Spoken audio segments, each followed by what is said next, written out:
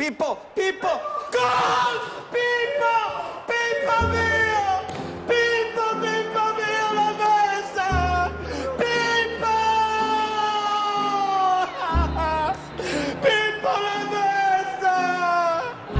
Grazie Pippo,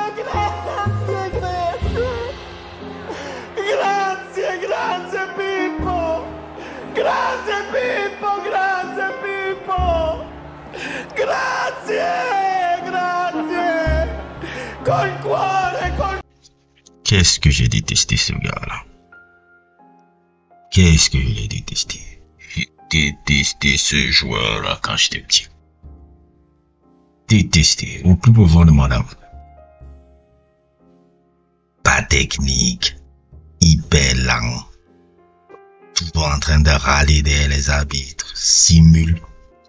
En permanence des fautes. Et à la fin, tu ne comprends pas pourquoi il finit avec 2 buts à la fin du match, alors que tu l'as même pas vu. Un attaquant qui m'en... Un joueur de football qui je ne supportais pas. Je ne supportais même pas aussi l'attitude sur le terrain. Il râlait tout le temps. Râlait par rapport aux gens qui ne donnaient pas la passe, alors que quelque part, il ne faisait même pas forcément le remplacement, un certain remplacement des points offensifs, le truc. Quand il marquait un but, on avait l'impression qu'il avait marqué le but du siècle, alors que c'était un but de raccro.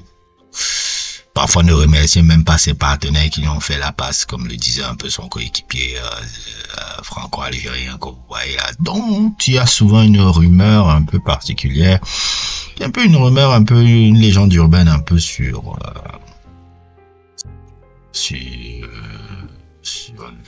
la relation entre ces deux-là, qui ne s'appréciaient pas vraiment. Ces deux gars qui ne s'appréciaient pas du tout. Il y a une histoire un peu que, bon... Apparemment, ce gars-là faisait un peu des petites galipettes avec la femme de notre cher Yazid. Souvent, c'est un peu les rumeurs qui tournent. Parmi les choses qui ont un peu fait que leur relation... C'est une rumeur. Je dis pas que c'était vrai, je ne dis pas que c'est faux, tout. Mais c'est quelque chose que je vois tourner beaucoup sur le net depuis des années. Ce truc-là. Maintenant, on me dit souvent, il n'y a pas de fumée sans feu. Et au final, bon... Chacun vit sa vie et tout, et ça les regarde, etc. Pour revenir au sujet dont on va parler aujourd'hui, ce gars-là m'a énervé jusqu'au jour où j'étais en train de regarder un match de Ligue des Champions. C'était le match Milan-Real Madrid de 2011. Je sais pas si vous vous rappelez, Mourinho était encore entraîneur du Real Madrid. À l'époque, le coach du Milan, c'était Allegri. Et on demandait à Mourinho, en ce match-là, bon, qu'est-ce que vous craignez un peu dans votre confrontation contre le Milan? Il disait, ils peuvent mettre même 11 attaquants. Moi, le seul gars que je crains, c'est le vieux gars qui a 38 ans, qui est au banc, qui s'appelle Inzaghi. Reste là, ça va. C'est Inzaghi que je crains. J'espère qu'il va pas. J'espère qu'il ne jouera pas. Et c'est dans ces moments où tu regardes souvent Mourinho, tu dis, mais Mourinho, il a vraiment un flair pour comprendre souvent certaines choses que parfois même des gars comme nous là, qui regardons le foot là, nous ne comprenons pas. Et dans ce match, après, si vous vous souvenez bien un peu de très bon match, hein. C'est un match de poule, hein. C'est pas seulement le truc, mais c'est pas ce match là m'a marqué pour cette situation là. Dans ce match de poule là, Inzaghi, dans ce match, Inzaghi ne jouait pas et tout, et le Milan était plus ou moins dominé par le Real Madrid et tout. Il y avait ce but d'Higuaín en 0, etc. et tout. Et on a Ronaldinho, Inzaghi avait remplacé Ronaldinho à partir de la 60e minute en deuxième mi-temps. Et c'est là où le gars, il nous a fait ce qu'il fait, il a fait tout le temps dans sa vie. Je me rappelle encore, si je me trompe pas, c'est un débordement d'Ibrahimovic, un centre d'Ibrahimovic sur le côté gauche. Et Casillas fait une erreur de main et Inzaghi se retrouve derrière là et il plante le but. 1-1. Et puis le deuxième but, je sais pas si c'était un dégagement de je ne sais quel joueur, il poursuit le truc, il est même hors jeu, je pense. Et il vient placer le ballon encore entre entre les jambes de Casillas. 2-1. Le score finit 2-2. Et Inzaghi a marqué ce doublé-là. Je pense que c'était un de ses derniers matchs de Ligue des Champions, parce qu'après ça, il s'était encore blessé. Et la dernière fois qu'on l'a revu, c'était dans un moment de revoir. Il avait marqué son dernier but, même contre Lecce, là, si vous vous rappelez encore du moment de revoir, là. Inzaghi était un joueur que je détestais, et ce match-là de 2011, là, c'est là où j'ai compris vraiment que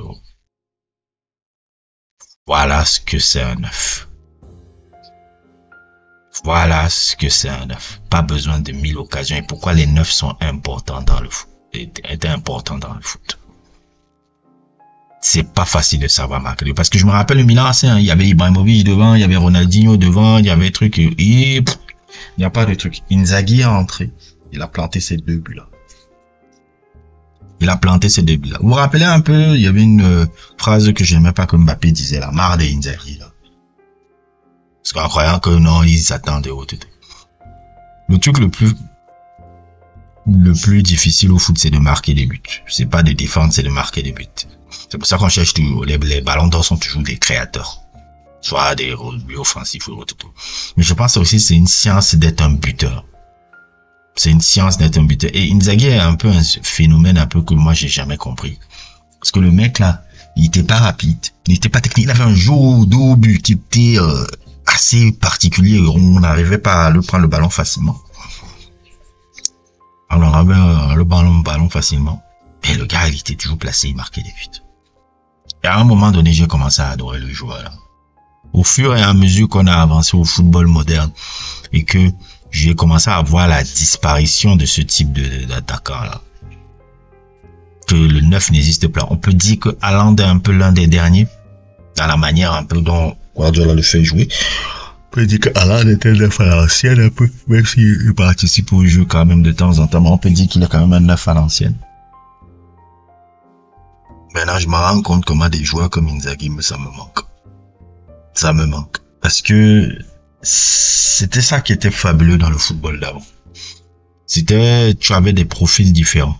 Tu pouvais avoir des numéros 10, meneurs de jeu. Tu pouvais avoir des ailiers un peu là, à la Paulo Gento qui sont seulement là pour déborder, apporter le centre. Tu pouvais avoir des porteurs d'eau.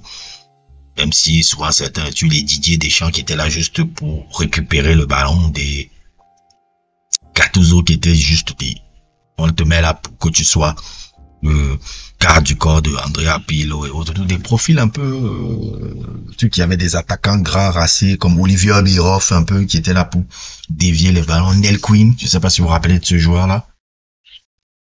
Nel Quinn, un peu le joueur irlandais tout qui c'était là pour les déviations. Des attaquants un peu racés, un peu très buteurs, un peu qui n'étaient pas forcément comme Borghetti, le Mexicain. Voilà, je sais pas si vous vous souvenez de ça. Et Hernandez aussi, Chicharito. Dans le football moderne, ces gens n'existent plus.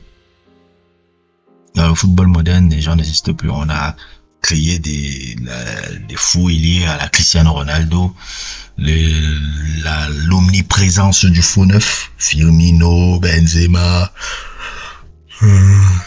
Wayne Rooney, et j'en passe, L'omniprésence du faux neuf. Les équipes ne jouent plus avec des neufs, mais des faux neufs. Et c'est là où je me suis dit, Inzaghi, ça me manque. Inzaghi, c'était un personnage tout particulier, et surtout quand on regarde même sa carrière qui est ces trucs. Rien ne prédestinait ce mec à avoir la carrière qu'il a eue là. C'est une très belle carrière. Il a gagné le championnat d'Italie. Je crois qu'il a gagné 2 fois le championnat d'Italie. Il a gagné 2 fois le championnat. Oui, 2 fois le championnat d'Italie. Vainqueur de Ligue des Champions, champion du monde. Palmarès de ouf. Et ça me manque encore de voir des gars comme ça. Ça me manque de voir que des gars comme ça. Inzaghi est le 4e meilleur buteur de l'histoire du football italien. Avec ce style bizarre. Il est le 4e meilleur buteur du football italien. Ce mec-là avait tout qui était bizarre dans son jeu. Tout qui était bizarre dans son jeu. Rien ne prédestinait à faire une carrière comme ça, avec ce style-là, mais il a montré un style qui était pas ça. Lui, qu'il est passé, il a commencé d'abord tout petit à Placenza. Placenza, c'est pas vraiment ouf. Après, il avait été pété à deux clubs, l'Effe et Vérone, où il arrivait à marquer 14 buts en 36 matchs, 14 buts en 21 matchs. À Parme, là où il avait été recruté par Carlo Ancelotti à l'époque, ça avait pas été forcément ouf, mais c'est à Atalanta, sa saison à l'Atalanta, où il explose, il fait 24 buts. Et après, ça lui permet de partir à la Juventus. Et à la Juventus aussi, on oublie souvent qu'il a joué, il a fait 4 saisons et il plantait énormément de buts là-bas. Énormément de buts à la saison. Il a fait 4 saisons jusqu'à la saison 2001 où il a le truc. Mais c'est au Milan AC que je sais pas, au Milan AC où il a plus duré, il a fait littéralement 11 ans là-bas, de Milan jusqu'en 2012. C'est pas son image est restée au Milan AC la saison 2003 où l'équipe a gagné la Ligue des Champions. C'est pour ça que je me demande même pas pourquoi en 2003 on aurait pu le mettre aussi parmi les prétendants au Ballon d'Or, parce que c'est le meilleur buteur de la compétition. L'équipe était allée en finale et plus ou moins il y avait des matchs décisifs là où il avait été. Je me rappelle justement ce fabuleux match contre l'Ajax, match retour, où c'est carrément lui qu'on n'a pas vu pendant 10 minutes, quelques plantes de but. Il aurait pu avoir un classement au Ballon d'Or beaucoup plus haut, je trouve, à l'époque là. Donc peut-être même pourquoi pas la gagner. Je comprends le choix de Nedved, mais je pense qu'Inzaghi aussi aurait pu avoir le Ballon d'Or à l'époque là. Un style d'attaquant comme il n'en fait pas jamais, qui ressemble un peu à, je pense un peu une de ses idoles qui était Paolo Rossi, qui lui aussi était un peu ce profil là de joueur, qui a marqué une Coupe du Monde, quand la Coupe du Monde 82 là il était meilleur buteur et autres, et les performances qu'il a fait. Parler un peu aussi des Gerd Müller, je veux parler un peu beaucoup d'attaquants comme ça, la Gerd Müller et Alexander Frey un peu de Rennes qui étaient dans ce profil là. Et tout, Inzaghi me rappelle que les 9 ça manque. Les 9 ça manque dans le football. Les 9 de ce style là manquent dans le football. Parce que le football c'est pas seulement les dribbles, les trucs, les ratios et tout. Et derrière Inzaghi c'est pas juste ses buts et ses stats qui étaient trucs. C'était un peu le profil peu orthodoxe d'un mec comme ça. C'est-à-dire que le football moderne ne peut même plus qu'on ait des profils peu orthodoxes comme ça. Là, il n'y a plus une. Le football moderne n'aurait pas permis à Inzaghi. Moi, j'aime avec recul maintenant le fait d'avoir détesté un gars comme ça. Détester un gars comme ça. Parce que à la fin de sa carrière, j'ai eu beaucoup plus d'admiration que de haine. À peu près, j'ai compris le type de profil que c'était. Et le football en manque de ce profil. Ça en manque beaucoup. Il devient stéréotypé, il devient froid, robotique. Il y a des personnages un peu comme Inzaghi, un peu dans le foot comme ça, là, qui arrivent à crier, il envoie une passion, quand il marque un but, même si le but ressemble à, c'est un but de raccro, route et tout, ça me manque un peu ce genre de personnage là dans le football. Ça me manque beaucoup. Donc quand les Mbappé un peu disent que marre d'Inzaghi un peu, ça m'a un peu fait chier parce que ça me dit, c'est encore un jeune dans son football moderne là, où il pense que le gars c'est facile de planter des buts. Et il faut l'avoir vu comment il a pris du temps à devenir un peu lui aussi en avançant. Ça a pris du temps, ça a pris des années. Planter des buts. Parce que comment c'est pas facile de planter, d'être neuf. C'est pas facile d'être Giroud. Planter des buts comme ça. C'est pas facile. Et Inzaghi c'était un peu un art de faire ça. Franchement, c'était juste une courte vidéo pour rendre hommage un peu à ce mec-là. Et rendre un peu le truc, je n'avais pas besoin de faire un peu sa carrière, un peu comme je vous l'ai dit. Moi, j'aime pas faire les vidéos Wikipédia. Allez vous dire qu'il a vécu ça, mais c'était juste comme d'habitude à travers un personnage comme ça, vous faire un peu une réflexion un peu sur comment je vois ce sport-là et comment je vois l'évolution de ce sport-là. Et l'évolution, l'effet que des Inzaghi ne peuvent même pas exister dans le football moderne qu'on voit actuellement, là, ça me rend triste, en fait. Quand même, quand je vois les images, là. Parce que ce genre de personnage, encore, ça manque. Ce genre de footballeur, là, ça manque. Et c'était un peu un hommage à un type d'attaquant comme ça, là. Oui, ce n'est pas forcément beau. C'était pas forcément des trucs à la Socrates. Mais c'était d'une rare efficacité. Pipo nous apprenait que t'as pas besoin d'être grand, rapide, technique, force ou je sais que sais-je encore costaud pour savoir jouer au football. Parfois, il suffit juste que tu aies la science de savoir te placer et mettre le ballon au fond parce qu'à la fin de la journée, au final, le football, c'est quoi? C'est une équipe qui arrive à mettre un ballon au fond des filets plus que l'autre. Voilà, à la fin de la journée, le football, c'est aussi ça. Et Inzaghi, avec ses qualités particulières, avec son truc, a montré que c'était le cas. Et je crois que c'est tout. Et je crois que je vais m'arrêter là. N'hésitez pas à liker. N'hésitez pas à vous abonner. Merci encore aux abonnés Patreon. Encore, on espère que les sujets Patreon là puissent vous plaire. Et à plus pour d'autres aventures.